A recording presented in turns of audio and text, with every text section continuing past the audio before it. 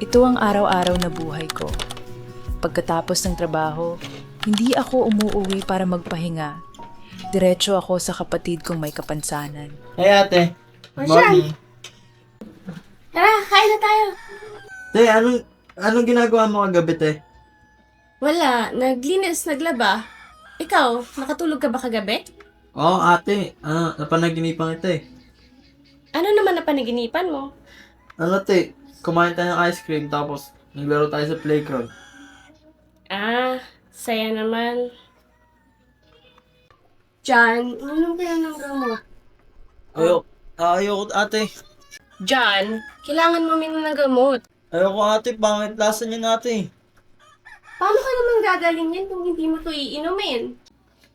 Sorry, ate. Sorry din, John. Pasensya na, pagod lang ako. Sa bawat pagod, may responsibilidad. Sa bawat sakripisyo, may pagmamahal. Hindi madali. Pero masaya ako. Dahil sa mundong mapagod man ako, may isang taong mahal ko at iyon ang kapatid ko. Ate, tignan mo drawing ko. Maganda. Sino yan? Ikaw, ako. Maganda. Lagi naman tayo magkasama ate, di ba? Oo, lagi.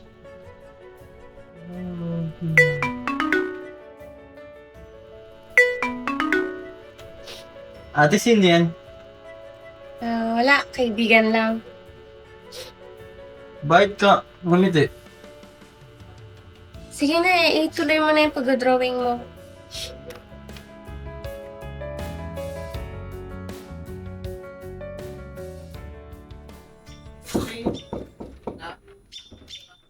Oh, David! Ano ginagawa mo dito?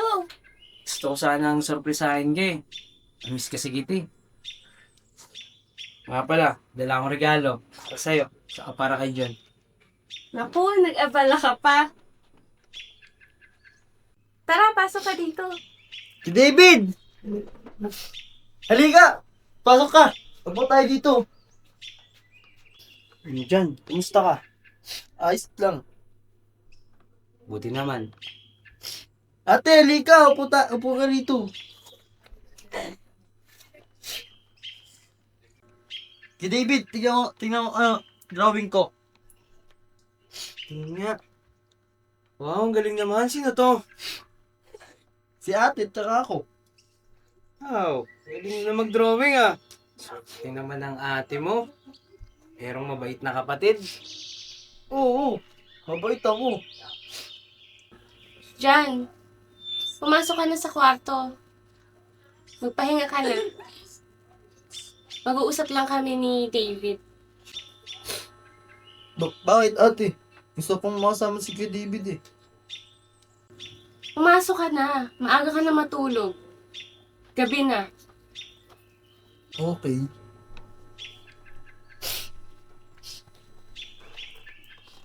Kuya, babalik ka. Oo, babalik ako.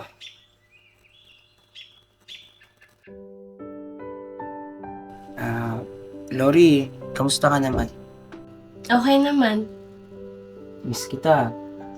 Namiss din kita. Ilang araw tayo hindi nagkita. Lorraine, Si John. sarado na yung pinto. Matutulog na yan. Di ba kasi gabi na? David. Miss kita. Namiss mo ba ako? Oo naman, namiss kita. Halika na.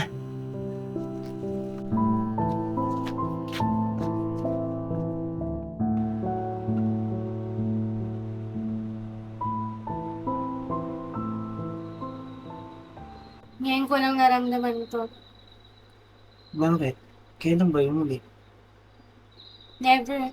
First time ko. Talaga? Oo. Wala akong ibang naging buhay kundi si John lang. Lorraine, Salamat. Salamat kasi naramdaman ko na babae pa rin ako. Na hindi lang ako ate lang. Alam mo, Lori, palagi ka naman babae. Palagi kang si Lori. David, ano na tayo?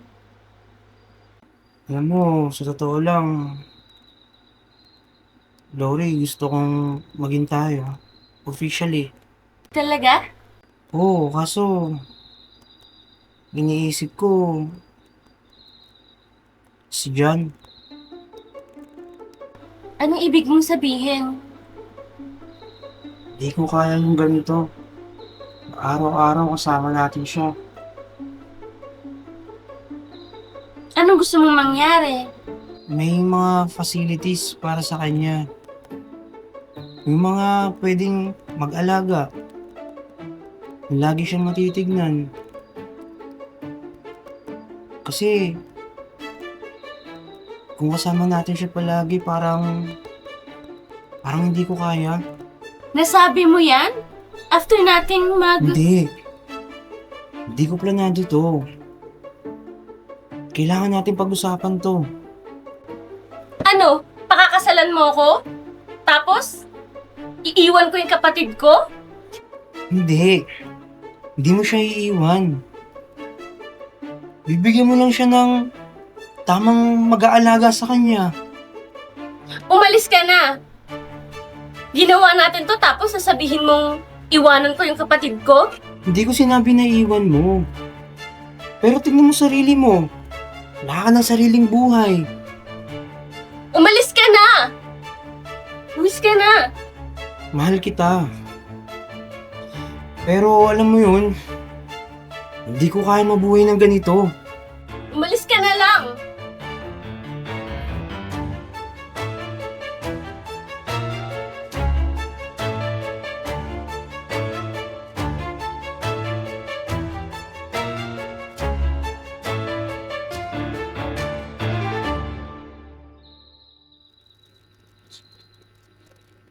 Ano bang ginawa? Ano ba?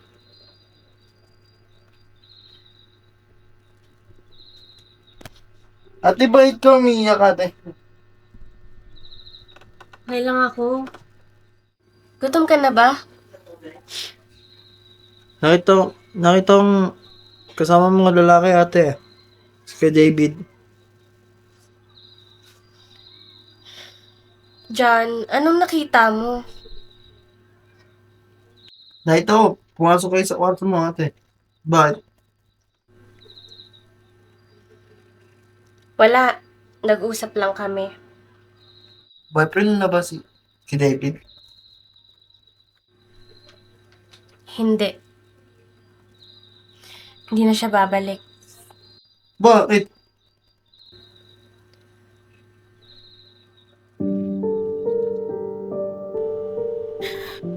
Pagod na ako.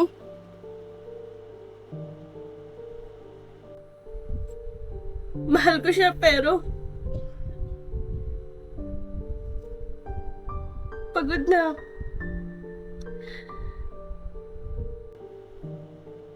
Parang nawala na din yung buhay ko. Mahal ko siya pero sobrang pagod na ako.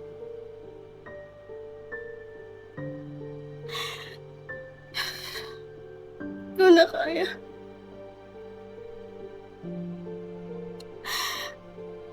Naubos na ako dahil sa kanya.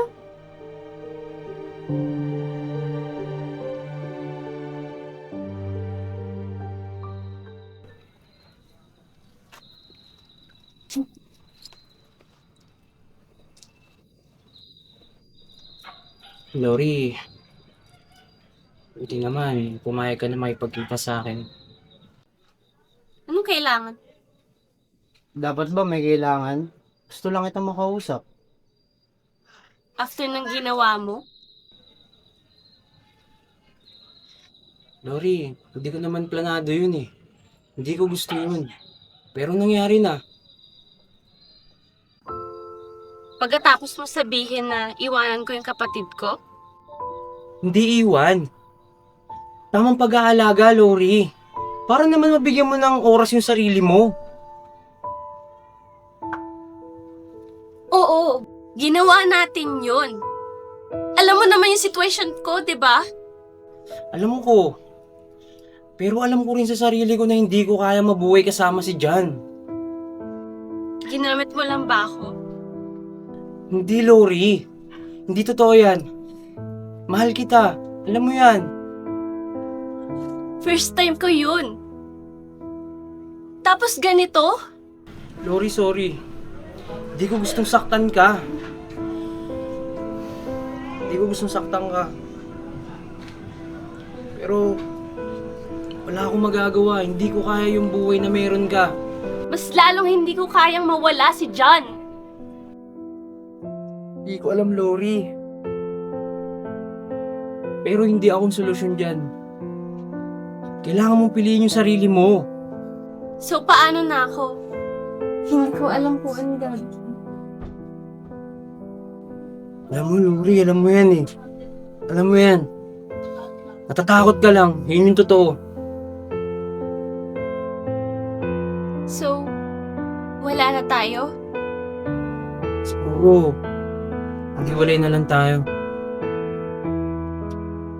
David!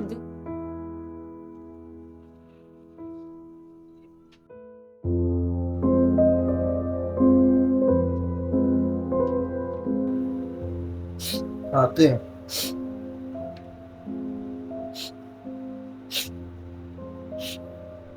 Oo. gusto mo na ba akong iwan ate? Bakit mo naman nasabi yan? Narinig kita dito sa kwarto ang gabi. Pagod na ba sa akin? John, hindi. Pero ate, kung ayaw mo na, sabihin mo na kasi. Okay lang naman ah. John, mahal na mahal kita. Kapatid kita. Hindi kita iiwan.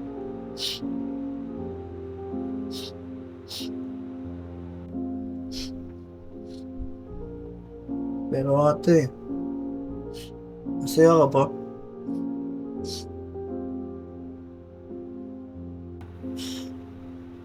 Kung hindi mo na kaya ate, okay na. Hindi okay. Mahal kita. Kapatid kita eh. Alam mo namang hindi kita papabayaan. Pero sana, hindi ganito sa gusto ko. Hindi ako pabigat. Hindi ako pasanin, gano'n. John, hindi ka pasanin. Kapatid kita. Mahal na mahal kita. Pero sana, kung hindi ako ganito ate, siguro masaya ka. John, hindi kita iiwan. Alam mo namang tayong dalawa na nga lang magkapamilya, di ba? Sorry ate. Sorry kung ganito ko lagayan ko. John, huwag kang mag-sorry. Hindi mo kasalanan. Ate, si David ba, babalik pa ba? Hindi na ata. Dahil ba sa akin? Hindi. Sorry ate.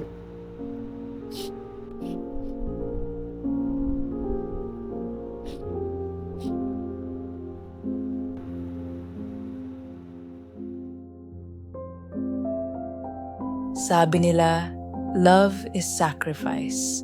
Pero hindi nila sinabi kung gaano kasakit, kung worth it ba. Siguro, ito na nga, ito na yung buhay ko. At mahal ko siya. Mahal ko talaga siya. Kahit mahal ko rin sana sarili ko.